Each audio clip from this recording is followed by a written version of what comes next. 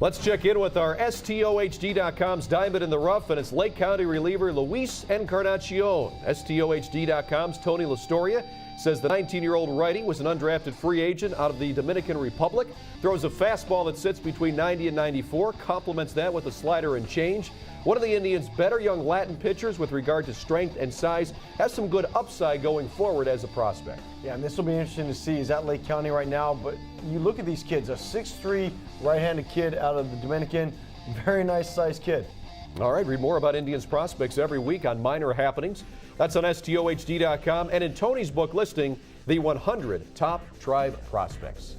Welcome back to Indians Minor League Magazine. The AAA Columbus Clippers have been on top in the Western Division all season long in the International League. Mike Sarbaugh is their manager. He's done a phenomenal job once again. He's also the topic on this week's Minor League Insider. Here in Columbus with the Clippers manager Mike Sarbaugh, and the Clippers are putting a wrap on this 2011 regular season. Skip, it's been another great year here at Huntington Park. Your ball club carried a plus 600 winning percentage throughout the year, had the best record in all of AAA ball, and once again graduated a lot of players to the major leagues that have been contributors. A couple of the top prospects in the organization started the year here, Lonnie Chisenhall and Jason Kipnis, two guys that Clippers fans and Indians fans knew were going to be at the big leagues at some point. But you guys really worked hard, and they worked hard on development while they were here. Yeah, they both did so much while they were here, on development-wise.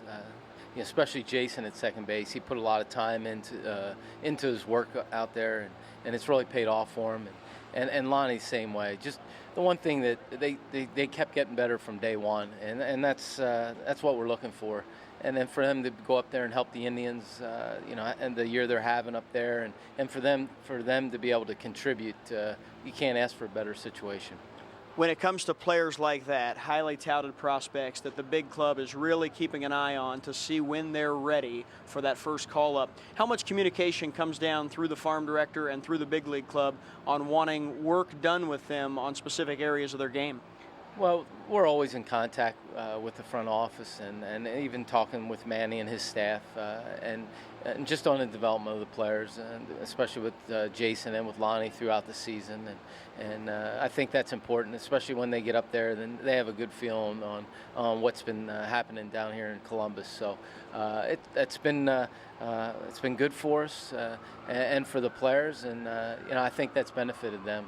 One of the guys that would have to be considered for the International League's MVP award, and for my money, he is the Clippers MVP, would be Jared Head. He has tremendous numbers when he plays here at Huntington Park. He has 20-plus homers this year, 70-plus RBIs, really just an all-around great year for a guy that is very much an underdog-type player that's never been a highly touted prospect. Yeah, that's the thing. Last year, Jared was the up-and-down guy from Akron to here. And then really made, in the playoffs, we couldn't have done it without him. And then he came in this year, is getting regular at bats, and is really making the most of it. He comes to play every day, works hard. You root for someone like Jared. He's always been the one that has to do a little bit more to get that attention. But I think this year it's really hopefully gets him over the top, and hopefully down the road can get that first chance to get to the big leagues. Talking about the pitching staff that we've had here in Columbus, you made mention of Zach McAllister getting a couple of opportunities in the bigs. At the beginning of the season, there were the 5 starters in Cleveland, and then here there was Gomez and Huff, thought to be numbers 6 and 7 in some order.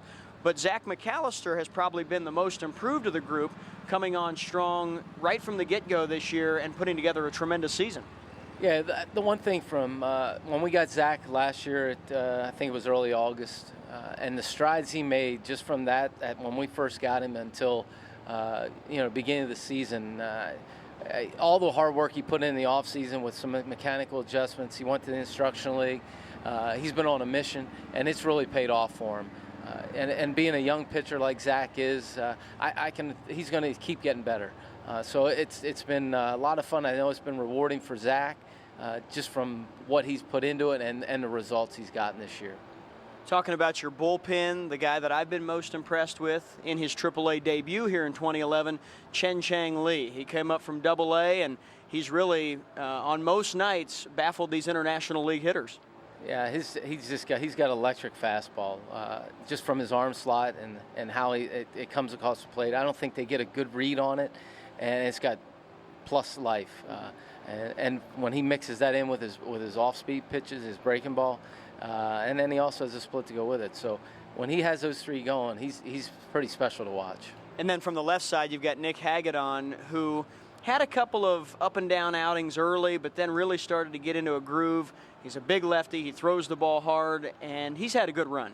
He's had a real good run. The one thing to Nick, I think the one thing he learns from each outing, and that's why I think it's real important for him to go through this little stretch here at the AAA level, just to get that experience with a little bit of that more experienced hitter, to know that maybe they'll be a little more patient, but to have to use his secondary stuff to go with it. And that's the one thing I've been really impressed with, is him being able to use his slider at times ahead in counts or behind in counts.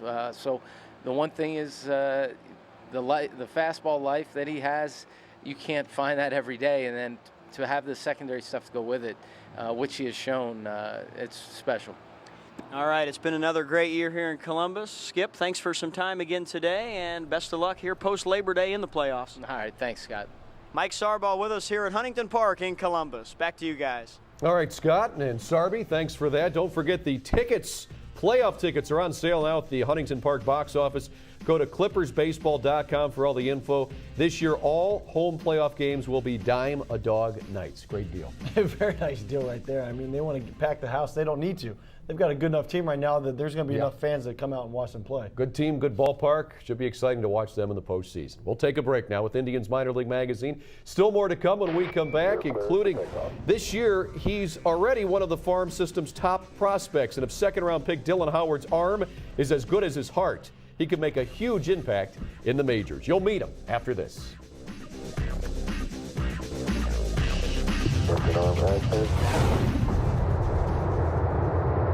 Beautiful. 26, 36 feet per second up.